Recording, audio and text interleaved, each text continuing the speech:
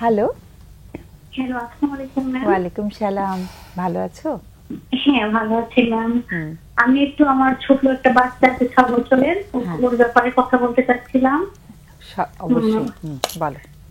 ওকে recently আমি একটা মানে ভালো একটা পাবলিক স্কুলে দিয়েছি, হুম। ক্যান্টনমেন্টের ভিতরে। আমি নাম বলতে চাচ্ছি না। হ্যাঁ, নাম মানে দরকার নেই। এখন ওখানে ভর্তি হওয়ার পরেই মানে সপ্তাহখানেক গেছে হয়তো। হুম। তারপর ওর যে ক্লাস টিচার আমাকে ডেকে নিল, হুম। হুম। ডেকে নিয়ে বলল যে আপনার বাচ্চা ক্লাসে অমনোযোগী, হুম। সে বাহিরে তাকাই থাকে, সে আমি যেটা বলি সেটা শোনে না। মানে এক সপ্তাহ যাওয়ার পরে আমি বললাম ও শুনবে। তারপর 20 তারিখে জানুয়ারির ক্লাস শুরু হয়েছে, আবার ফেব্রুয়ারি 21 তারিখে পরীক্ষা শুরু হয়েছে। তো হ্যাঁ, পরীক্ষা বাংলায় ভালো করছে, পরীক্ষা বাট হ্যাঁ এত এরপরে ছোট পরীক্ষা বাচ্চার? 1 মাসের মাথায় পরীক্ষা। আচ্ছা। এখন ও তো ব্ল্যাক বোর্ড থেকে লেখার বিষয়টাও অভ্যস্ত না, মানে হুম। ওইটা বুঝতেও পারতেছে না। আর মিসকে আমি বলতেছিলাম যে এর ভিতরে বলছি ফোন দিয়ে যে মিস, আর ওর হাইট ভালো মিস, ওর ম্যাম ওর বয়স তো 6 বছর, দেখলে মনে হবে না ও 6 বছরের, দেখলে মনে হবে 8-9 বছরের বাচ্চা। আচ্ছা, আচ্ছা। মানে ওর তুমি হাইট কোন অনেক ভালো। ক্লাসে ভর্তি করেছো ওকে? কেজিতে কেজিতে। কেজিতে? আচ্ছা। হ্যাঁ, পরে পরীক্ষা নিয়েছে ও, ম্যাথে আর ইংলিশে ভালো করে নাই, মানে ওগুলো 1-2-3 লেখায় ছিল, বাট ও বোর্ড দেখে লেখাটা ও বুঝতে পারে নাই। বুঝতে না পারার কারণে মানে ও খারাপ করছে, ও পারে এগুলো আমি জানি। তারপর আমি ওকে কিছু বলিনি। তারপরে রেজাল্ট দেওয়ার পরে যেদিন খাতা জমা নিয়েছে সেদিন আমাকে ডেকে নিয়েছে, যে দেখেন আপনার বাচ্চা যেখানে ভালো থাকার কথা সেখানেই ভালো নাই। ও এইটা করে, ও দৌড় দেয়, ও লাফ দেয়, ও এইটা করে। মানে আমাকে, মানে আমি মেন্টালি এমন একটা মানে সমস্যায় পড়েছি যে আমার মানে কান্না এসে গেছে যে আমার বাচ্চাটা তো আরো একটা কিনতে, ওখান থেকে তো কোনো কমপ্লেন আসে নাই, বাট এখানে ওই 20 দিন হলো না ক্লাস করলো, এর ভিতরেই বন্ধও তো ছিল অনেকদিন, যে মিসটা একটু বাচ্চা মেনটেনেন্স করতে পারতেছে না। বা শুধু আমার বাচ্চার ব্যাপারেও না, অনেক বাচ্চাদের ব্যাপারেই তারা কমপ্লেন করেছে এভাবে, যে বাচ্চাদেরকে বুঝিয়ে পাঠাবেন, বাচ্চারা এই করতে পারবে না, সেটা করতে পারবে না। ওরা তো দেখা যায় ওয়াশরুমে গেলে একটা দৌড় দিল, আর ওই ব্যাপারটা তো ওরা এখনো বুঝে নাই যে অত বড় একটা স্কুলে গিয়ে নিজেকে মেনটেন করা, এটা তো ওরা বুঝে না। এখন আমাকে মানে এতবার কল দিয়েছে, তারপর আমি বাসায় এসে, ওর বাবা তো বাইরে ছিল দেশের, পরে ওর বাবা আসছে, পরে বাবাকে ফোনে জানিয়েছে যে মেয়ে তো এভাবে মেনটেন করতে পারে না, কি করব। মানে তারা এভাবেই বলতেছে যে আমরা তো এভাবে হলে নিতে পারবো না, এর থেকে আরো যে ক্লাস করা শাখা আছে, যে শাখা বেশি করামি সেই শাখায় দিয়ে দেব, তখন কিন্তু আপনি বুঝবেন, না হয় প্রিন্সিপালের কাছে নিয়ে যাব আপনাকে। মানে আমাকে মোটামুটি ভাবে মানে ভয়ই দেখাইছে এরকম। তারপর আমি চিন্তা করলাম এত কষ্ট করে ভালো একটা স্কুলে চান্স পেলো বাচ্চাটা, এখন বাচ্চাটা আমার পড়তে পারবে না। মানে আমি খুব মানে মেন্টালি ভাবে খুব আপসেট হয়ে গেছি, যা বলার বাইরে। পরে ওর বাবাকে বললাম, পরে ওর বাবা দেশে আসার পরে ওর বাবা বলল যে মেয়েকে বুঝাইছে, অনেক বুঝাইছে, আমিও বুঝিয়েছি, দেখো মিস মায়ের মতো, মা তোমাকে রাগ করি, বকা দেই, মানে এইটা সেটা। মানে ও বলে মা জানো মিস ক্লাসে এসে শুধু শুধু বকাবকি শুরু করে দিবে, মানে আমার সাথে করে না, সবার সাথে এভাবে করে। আর তারপর আমি বললাম তো তোমরা অনেকগুলো বাচ্চা ডিস্টার্ব করো, সেই জন্য মিস হয়তো এভাবে করে তোমার সাথে। বলে না মা তুমি জানো না মিস, তুমি স্কুলে আমাকে কেন ভর্তি করিয়েছো, আমি স্কুলে পড়তে চাই না, আমি যেখানে আগে ছিলাম আমার যে মিস ছিল ওই মিস আমাকে কত আদর করতো মা। ও এর আগে কোথায় পড়েছে? আগে এটা কিন্ডারগার্টেনে পড়েছে, সেটা ভালো স্কুল ছিল। ওই মিসটা আসলে মানে আগের মিসটা ওই স্কুলে ওকে কন্টিনিউ করা যেত না? হ্যাঁ, ও কন্টিনিউ যেত, কখনো কোনো মিস আমাকে কমপ্লেন করে না ওর ব্যাপারে যে ও না না না, অমনোযোগী। আমি বলেছি যে ওখানেই কন্টিনিউ না করলে, না, ওকে না করে যে আরেকটা স্কুলে দিলে, সেইটা ওখানে ও কোন ক্লাসে পড়তো অন্য স্কুলে? ওখানে nursery, play nursery, play group, nursery, তারপরে কেজি 1, তারপরে কেজি 1 এর পরে কি? কেজি 1 এর পর 1 সেট 1। আচ্ছা, মানে এই ওর কেজি 1 টা শেষ হলে ও ক্লাস 1 এ উঠবে এরকম? হ্যাঁ হ্যাঁ হ্যাঁ হ্যাঁ হ্যাঁ। ওকে। ওরা মাত্র বানান শিখতেছে, মানে ওই ক খ সর সর সর দিয়ে কি হয়। আর তারপর পড়ালেখার চাপও অনেক বেশি, মানে সর থেকে উপর অনেকগুলো ওয়ার্ড দিছে। মানে এখন বাচ্চা তো, এখন মিস সেদিন আমি বললাম যে মিস হ্যাঁ একটু একটু ডেভেলপ করতেছে, আরো আপনার বাচ্চাকে ডেভেলপ করতে হবে। তবে আমার ম্যাম বাচ্চারা চঞ্চল, মানে ও অনেক খেলা করতে চায়, সারাক্ষণই পারলেও খেলা করে, মানে ও খেলা ছাড়া কিছুই বোঝে না। আর অনেক বাচ্চারা স্মার্ট আছে না, যে স্মার্টলি হ্যান্ডেল করতে পারে বা একটা কিছু মিসকে, ওর ভিতর ওইটা নাই। ওর আরো ভাই বোন আছে কি, নাকি তোমার একটাই বাচ্চা? একটাই বাচ্চা। আচ্ছা আচ্ছা। মানে ও যা মানে মনে করে না যে হ্যাঁ একটা জায়গায় গেলে আমি ওকে নিয়ে সহজে, আমার ভাইয়ের বাসায় গেলে তারা মনে করে কেউ একটু লাফালাফি করলো, একটু খোলামেলা জায়গা পেলে এই দুইটা লাফ দিল, একটা দৌড় দিল, মানে হ্যাঁ। এইটা হয়তো তাদের পছন্দ মানে ও হয় না। অ্যাক্টিভ থাকতে ভালোবাসে আর কি। খুবই মানে খোলামেলা, ও দৌড়াবে, ও লাফাবে, মানে ও মানে মেয়ে বাচ্চা মনে হয় না, মাঝে মাঝে ও গ্রিল ধরে ঝুলে থাকবে, মানে ও এরকম। কিন্তু মেয়ে এখন বাচ্চারা অনেকটা, কি এটা করতে পারে না নাকি? মেয়েরা তো হ্যাঁ চাঁদে এইটা যাচ্ছে এইটা এখন। আমাকে বলে, অনেকে বলে হ্যাঁ মেয়ে বাচ্চা হয় এগুলো কেন করবে, মানে এটা আমি আবার ওর হাইট ভালো দেখে অনেকের কাছ থেকে কথাটাও শুনছি যে আপনি ডাক্তার দেখান, আপনার বাচ্চা এত লম্বা কেন। আপনি বিশ্বাস করবেন না, আমি এসে গিয়েছিলাম ওই যে হরমোন ডাক্তারের কাছে পিজি হসপিটালে। আল্লাহ, কেন? উনি আমাকে চার্ট দেখিয়েছে যে ওর কি দেখেন গ্রোথ কমানোর জন্য গিয়েছিলে? না, আমি গিয়েছিলাম যে ও আসলে কোনো সমস্যা কিনা, ওর হাইট কেন। ও আপনি বিলিভ আচ্ছা, করবেন না, তোমার আমি তো একটা সেকেন্ড, তুমি কি আর আর সন্তান নিতে চাওনি বলি একটা বাচ্চা নাকি? না, হ্যাঁ আমি সন্তান নিতে চাইনি দেখি একটা বাচ্চা। তুমি আমি ল প্র্যাকটিস করি তো, আচ্ছা, তা ওই তুমি ওই বাইরে সময় কাজ দিতে- করো বলে তুমি হ্যাঁ, একজনই আনতে হ্যাঁ, চেয়েছো আর আর আমার কি। ফ্যামিলিতে দেখার মতো, আমাকে হেল্প করার মতো কেউ নাই। আমার শ্বশুর শাশুড়ি নাই, মারা গেছে ওনরা। আর আমার বাবা মা তো বয়স্ক, যে একজন আনবো আমি ওকে দেখার জন্য, আর ওর বাবাও তো ব্যস্ত থাকে বা বাইরে যায় মাঝে মধ্যে। মানে আমি বাচ্চাটাকে ওই নিজে আমি কোর্টে সময় দিয়ে আবার চলে আসি বাচ্চাকে দেখার জন্য। ও মানে ওকে বাসায় তাহলে একাই থাকে না যখন ও না, বাসায় থাকে? আমার সাথেই থাকে। আমি যতটুকু সময় দেই, আমি ওই যে আর না হয় আমার আম্মাকে এনে কিছু সময় রাখি ওকে, মানে আমি আর আমার মাম্মা এই দুইজনই আচ্ছা, ম্যানেজ করি মোটামুটি ভাবে। আর ওর বাবা যখন বাসায় থাকে, ওর বাবা হুম। এমনি ভালো ম্যাম, কথাবার্তা খুব সুন্দর, গুছিয়ে বলবে। আবার ও বুঝে অনেক কিছু, আমি হয়তো ভাবি যে ও বুঝে না, ও বুঝে। আমাকে যখন একা একা বলে কথাগুলি তখন আমি অবাক হয়ে যাই যে ও তো অনেক কিছুই বুঝে। সেই। ও এইটাই বলে যে মা মিস অনেক রাগী, তুমি জানো না যে আমার সাথে অনেক খারাপ ব্যবহার করে। আসলে এইটাও কি ঠিক? বাচ্চারা নিজে তো সময় দিতে হয়, যে একটা বাচ্চা নতুন একটা জায়গায় আসছে। সব বাচ্চা আর তো ও- একরকম হবেও না, তাই না? হ্যাঁ। তো ভ্যারাইটির আর ওর সাথে কাজ আরেকটা করার বিষয় আছে, অভিজ্ঞতা ম্যাম। তো লাগে। আর একটা বিষয় আছে, ও নতুন কোনো জায়গায় গেলে ও খুব এক্সাইটমেন্ট থাকে, ওই ব্যাপারটা ওর ভিতরে অনেকদিন থাকে, তারপর আস্তে আস্তে ও ঠিক হয়ে যায়। সেটাই। যেমন নতুন একটা খেলনা পেলে ও মানে ওইটা নিয়েই দেখা যায় 2 দিন পার করে দিয়েছে, পরে দেখা যায় ওইটার প্রতি আগ্রহ থাকে না। কিন্তু আচ্ছা, তোমার ওইটা প্রশ্নটা করে ফেলো, আমাদের অতিথিরা বসে আমার আছেন তো, পুরুষরা এখন যে ওদের- বাচ্চাটা যে এরকম করতেছে, এটা কি আসলে ওর কোনো সমস্যা? আচ্ছা, না, তুমি আমি একটু এটাই লাইনে জানতে চাচ্ছি। থাকো, হ্যাঁ। আমাদের অতিথিরা কোনো কথা বলেনি তো এখনো, একটু ওদের প্রশ্ন হ্যাঁ। আছে হয়তো, ঠিক একটু আছে, লাইনে ম্যাম। থাকো। ছোট্ট দু একটা পয়েন্ট জিজ্ঞাসা করি, কাইন্ডলি একটু যদি বলেন। ও কি নর্মাল ডেলিভারি না সিজার হয়েছিল? ও কি নর্মাল ডেলিভারি না সিজার ছিল? নরমাল হয় না। হ্যালো, তুমি লাইনে আছো? লাইনটা বিচ্ছিন্ন হয়ে গেছে। আরেকবার একটু ঠিক চেষ্টা আছে। করো, তোমাকে আমরা হারিয়ে ফেলেছি, একটু চেষ্টা করে আবার ঢোকো। হ্যাঁ, আজকাল তো নর্মাল শুনি না একদম, আমি একদম শুনি না কোনো বাচ্চা নর্মাল হয়েছে। না, ম্যাডাম, আছে। 100%ই শুনি যে না। সিজার করেছে। রেট কিন্তু এত মানে না। কালকে একটা শুনলাম বাচ্চা সিঙ্গাপুরে হয়েছে, আমি বললাম যে নিশ্চয়ই নর্মাল, বললো হ্যাঁ। না, আমাদের দেশের বাইরে যারা those who are মুশকিল money হলো, people, ম্যাডাম, আপনি যেটা জানেন সেটা তো জানার, আপনার কাছে আসে জানার, সেটা সিজার হয়েছে। না, আমি তো মানে খবর নেই তো, এটা তো আমি তো শুধু আমার 30% না 36% ওদের সিজার, বাকি তো নরমালি।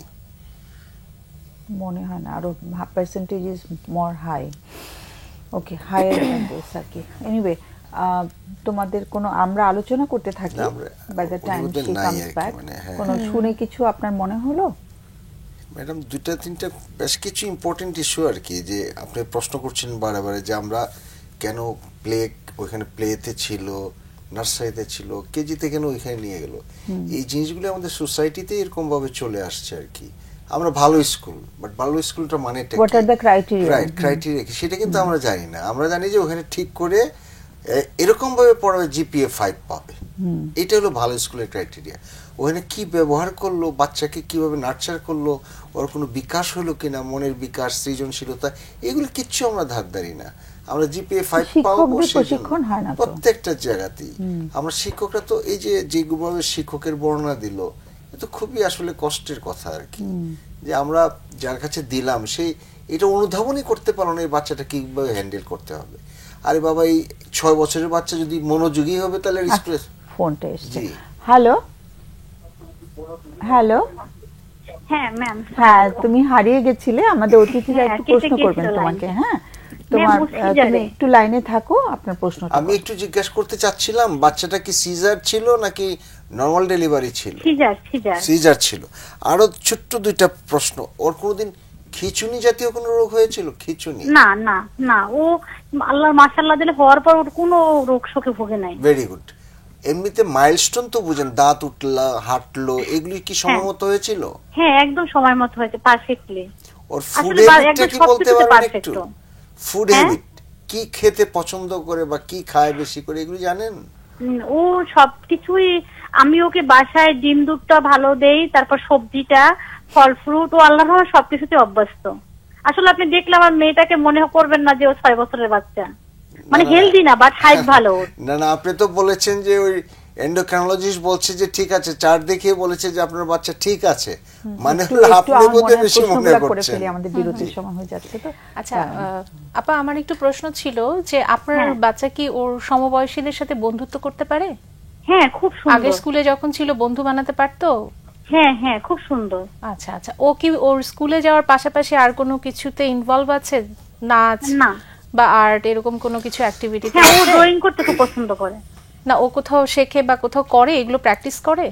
না বাসায় আমি করাই, আমি ড্রয়িং ভালো পারি তো আমি করাই। ঠিক আছে। কোশ্চেন করো। আর ম্যাম ওই যে স্কুলে আগে ওকে পড়াতাম, ওই স্কুল তো ক্লাস 5 পর্যন্ত, সেজন্য আমি স্কুল চেঞ্জ করিয়েছি, না হয় করতাম না। বুঝেছি, কিন্তু ও তো পরে অন্য স্কুলে ভর্তি হওয়াটা tough হয়ে যায় লাগে। তোমার স্কুল সিলেকশনটা আসলে একটু বেশি টাফ সিলেকশন হয়ে গেছে। হ্যাঁ সেটাই, মানে আমি আমার বাচ্চাটা মানসিক ভাবে খুব অশান্তিতে আছে, এটা বড় কথা। হ্যাঁ, তোমার প্রশ্ন ছিল বাচ্চার কি এটা কোনো সমস্যা কিনা, তাই তো? হ্যাঁ, তোমার হ্যাঁ। প্রশ্নটাও পেয়ে হ্যাঁ, গেছি। হ্যাঁ। আমরা হ্যাঁ, আলোচনা করব, বিরতির সময় তো হয়ে গেছে, আমরা হয়তো বিরতি থেকে ঘুরে এসে আলোচনা করব। হ্যাঁ, অনেক ধন্যবাদ ফোন করার জন্য, আর আমাদের সাথে থেকো। ডক্টর, আপনি যদি কিছু বলেন। আসলে যে কথাটা বলছিলাম আর কি, যে আমরা না ঠিক জাজ করতে পারি না যে আমরা কি চাই সন্তানদের কাছ থেকে, বাচ্চাদের কাছ থেকে। যে আমরা যারা টিচার আছি স্কুলে, তারাও হয়তো আমরা জানি না যে how to nurture the child. আমরা বাচ্চাটাকে কি করে লুক আফটার করতে হবে, কি করে তাকে বড় করতে হবে, সেই জিনিসটা আমরা ওরকমভাবে বুঝি না। আমরা এখন যেটা বুঝছি আর কি সমাজে, সেটা হচ্ছে কী করে জিপিএ 5 পাওয়াতে হবে, বা কী করে সে জিপিএ 5 পাবে। যে মা যে কথাগুলি বলছেন যে বাচ্চাটা একটু অমনোযোগী, একটু লাভ দেয়, একটু দৌড়াদৌড়ি করে, আরে 6 বছরের বাচ্চা তো লাভ দিবেই, সে তো একটু মনোযোগী থাকবেই, সে তো জানালাদের দেখবে, এটি তো তার নেচার হওয়ার কথা। এই অনুসন্ধানশীল যে মন যদি না থাকে, তাহলে সে শিশু হলো কি করে? সে তো প্রশ্নই করবে, সে তো জানতেই চাবে, এটাই তো তার গৌণ হওয়া উচিত। কিন্তু আমরা কিন্তু ক্লাসে বসিয়ে তাকে এরকম ব্যাপারটা হাত পা বেঁধে থাকে বোঝাতে হবে যে না, একেবারে অ্যাপ্রাইড থাকবা, স্ট্রেট থাকবা, তুমি কিন্তু এরকম এর বাইরে যেতে পারবে না। দিস আর নট গুড, এগুলি ঠিক না আসলে। আমরা এখন যেটা বলছিলাম আর কি, যে শিক্ষকদেরকেও কিন্তু এই জিনিসগুলিকে ওরিয়েন্ট করার দরকার আমি বলে মনে করি। আর যদি সেটা না হয় না, তাহলে এই যে আমরা শুধু জিপিএ পড়ে পড়ে সব, আমরা দেখছি যে বাচ্চাদের মধ্যে রেজিলিয়েন্স যেটা, সেটা ডেভেলপ করছে না, বাচ্চাদের মধ্যে অস্থিরতা তৈরি হচ্ছে, বাচ্চাদের মধ্যে মানসিক অস্থিরতা বেশি হচ্ছে, এই জিনিসগুলি কিন্তু ডেভেলপ করছে। এগুলি যদি আমরা অ্যাড্রেস করতে যাই, প্যারেন্টসদেরকে যেরকম কাজ করতে হবে, স্কুলকেও ঠিক সেরকমভাবে কাজ করতে হবে। তবে দু একটা জিনিস শুনে মনে হয় যে হয়তো তার মধ্যে কিছু চঞ্চলতা আছে, কিছু অস্থিরতা আছে, এইটা। তবে আপনার ভাষ্যমতে যেটা, সেটা attention deficit hyper active disorder, ADHD যেটা আছে, আমার মনে হয় না সেই গ্রুপে সে পড়েছে। বিকজ সে পড়ালেখাও করছে, কিন্তু সে পরীক্ষা দিচ্ছে, কিন্তু দু একটা সাবজেক্ট একটু কম পেয়েছে, বাট সে তো ওইরকম কম পায় না। যদি এডিএইচডি হইতো তাহলে কিন্তু সে পড়াটা কোনো রকমই কোনো কিছু অ্যাচিভ করতে পারতো না। সুতরাং আমি মনে করি না তার কোনো ADHD, attention deficit hyper active disorder আছে বলে। হাওয়ার আমার মনে হয় কিছু খাবার দেওয়ার ব্যাপারে তার একটু মনোযোগ দিয়েন। চকলেট বা আইসক্রিম জাতীয় খাবার, বা যেগুলিতে গ্লুটিন আছে, সেগুলি খাবার পরিহার করলে হয়তো কোনো বেনিফিট আপনি পেতে পারেন। ড্রিঙ্কস এগুলি যেন না খায়, কালার ফুড, জাঙ্ক ফুড যেন না খায়, এগুলি একটু দেখলে অস্থিরতা হয়তো একটু কম হতে পারে। ঘুমটা যেন হয় পর্যাপ্ত পরিমাণে, এই জাস্ট এইটুকু সাজেশন। তা আমার মনে হয় না এটাকে ওরকম করে কোনো একটা রোগ হয়েছে, অসুবিধা হয়েছে, এইভাবে কোনো বোধহয় সম্ভবত আমরা কোনো একটা ফ্রেমওয়ার্কে ফেলবো না, বা ফেলতে চাইও না। আমরা আপনার বাচ্চার খুব উজ্জ্বল ভবিষ্যৎ কামনা করি। আমি যখন আপনার কথা শুনছিলাম আমার শুনেই মনে হচ্ছিল ভীষণ একরকম উদ্বেগ আপনার মধ্যে কাজ করছে। যখনই আপনি আসলে স্কুল থেকে কমপ্লেইনগুলো পাচ্ছেন আপনিও ভীষণ অ্যাংশাস হয়ে যাচ্ছেন, এবং আপনি যখন আপনার সন্তানটিকে বোঝাচ্ছেন যে তুমি স্কুলে সুন্দর হয়ে বসবে, বোর্ড থেকে লেখা তুলবে, বাচ্চার মধ্যে কিন্তু খুব মানে হয় না অজান্তেই নিজের স্ট্রেসগুলো অ্যাংজাইটিগুলো কিন্তু ওর মধ্যেই চলে যাচ্ছে। সো এই জায়গা থেকে না ওর মধ্যে কিন্তু ডেভেলপ করতে পারে যে আমি হয়তো ঠিক নাই, আমার মধ্যেই হয়তো কোনো একটা অসুবিধা তৈরি হচ্ছে যেটার কারণে আসলে স্কুলে আমি অ্যাডজাস্ট করতে পারছি না, এবং আমার মাও আমার প্রতি খুশি হচ্ছে না, আমার শিক্ষকরা আমার পরিবেশে যারা আছে তারা আমার প্রতি খুশি থাকছে না। তো এই জায়গাটা একটু মনোযোগ মানে আপনি যদি দিতে পারেন। আরেকটা জায়গা আমি একটু বলবো, একটা নতুন পরিবেশে গিয়েছে, নতুন পরিবেশে মানিয়ে নিতে কিন্তু যে কোনো মানুষেরই, ইভেন আমার নিজেরও কিন্তু এখনো পর্যন্ত অনেক সময় লাগে। সেক্ষেত্রে ও মাত্র 6 বছর একটা পুরনো স্কুল ছেড়ে এসেছে, সেখানে বন্ধু, নতুন পরিচিত জায়গা সবকিছু ছেড়ে নতুন যখন একটা জায়গায় এসছে, অনেক সময় বাচ্চার অ্যাংজাইটি থাকে, সেই অ্যাংজাইটি থেকেও কিন্তু ওর অস্থিরতাটা অনেক সময় আমরা দেখি যে ও অনেক লাফালাফি করছে, ঝাপাঝাপি করছে, হ্যাঁ সেটার একটা এক্সপ্রেশন আমরা দেখতে পাই। তো এই সময়টাতে ও আসলে যেন একটু সেফ বা একটু কমফোর্ট ফিল করে, সেটার জন্য যা যা করণীয়, অনেক সময় যদি এটা মানে সম্ভব হয় স্কুলে যদি একটু ওর টাইমটা একটু কমিয়ে দেওয়া যায়, বা টিচারের সাথে বারবার কথা বলা যায় যে ওকে একটু সময় দিতে হবে, ওকে একটু আদর করে বোঝাতে হবে, বা ওকে একটু স্পেস দিতে হবে।